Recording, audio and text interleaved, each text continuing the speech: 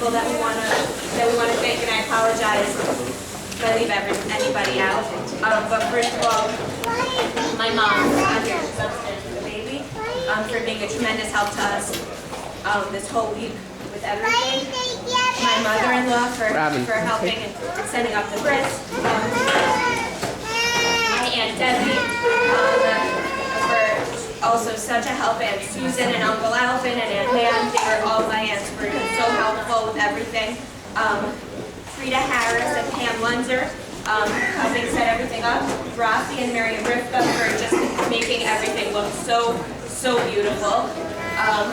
My sister Haya for surprising me from Israel and helping with everything despite her jet lag. Ali for helping set up.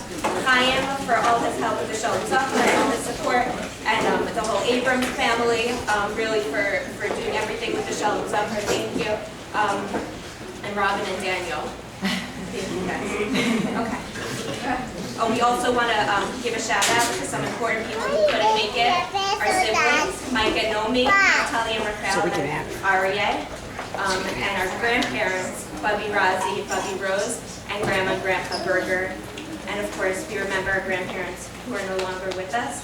My grandparents, Zadie Label and Bubby Ray, and my papi, and Scott Zadie. And last, but certainly not least, we want to thank our parents for showing us by example how to be loving and nurturing and supportive parents to our new son, and we hope that we make you guys proud. We named our son Yisrael Michael after my Zadie, Andrew Yisrael Phillips, and Adrian's papi, Marvin Yechiel Michael Eichen. So Yisrael is my mother's father, my Zadie, and he was born in Ungvar, and he was a survivor of the Holocaust.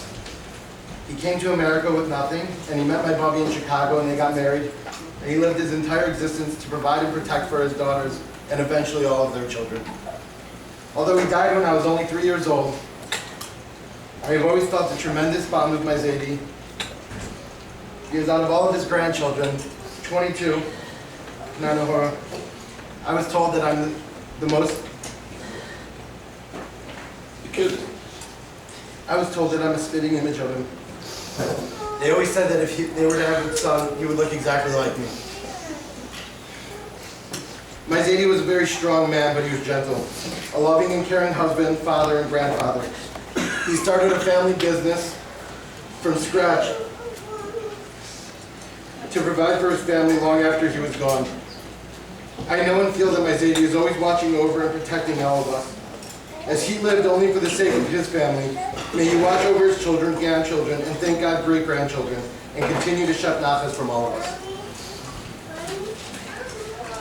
We chose the second name, Michael, for our son after my papi, my father's father, Yechiel Michael. Papi passed away almost 2 years ago. My papi was born in New York, and he served in the U.S. Army. He was a tank commander and a lieutenant. I spent the earlier part of my life intimidated by Papi. He was a man I believed to be at least 8 feet tall. As I got older, I became closer and closer with him. I cherished the time we would spend together. I loved listening to his war stories and stories of his childhood. But most of all, I would revel in the sweetness of Papi's laughter. To make this man smile was no small feat. It would make you feel like $1 million. Papi's smiling blue eyes would just light up the room. And these are the moments that would convince me that I was obviously his favorite grandchild. And of course, all of his grandchildren had these moments. Papi was a man of honesty, integrity, and kindness. He was a man who acted upon his beliefs without question and without fanfare. He didn't talk about what he should do, he just did it. Maybe this is what made people so drawn to him and so eager to impress him. These are the traits I see when I look at my own father. This is the legacy my papi left him and all of us. I hope with all my heart that the way Scott and I live our lives, and please God raise our family, are to papi's standards and the way he lived his own life. Looking at this week's Parsha, it's certainly not hard to find a connection to the name Yisrael. As Yaakov fights and overpowers the angel pleads to be released, and Yaakov agrees only under one condition, that he give him a bracha. The angel then changes Yaakov's name to Yisrael. Later on in the parsha, God reiterates that Yaakov's name be changed to Yisrael, and he gives him a bracha that he should be fruitful and multiply, that a nation will descend from him, as well as royalty, and that the land that was promised to his fathers will be given to his offspring. Our son,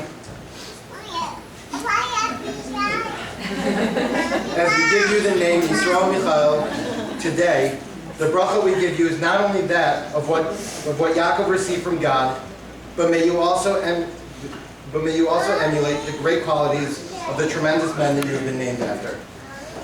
And as a Kohen, it is also befitting that you receive the Birkas Kohanim.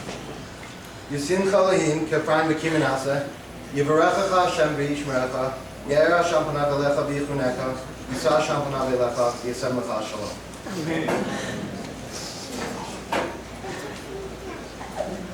Mazel tov.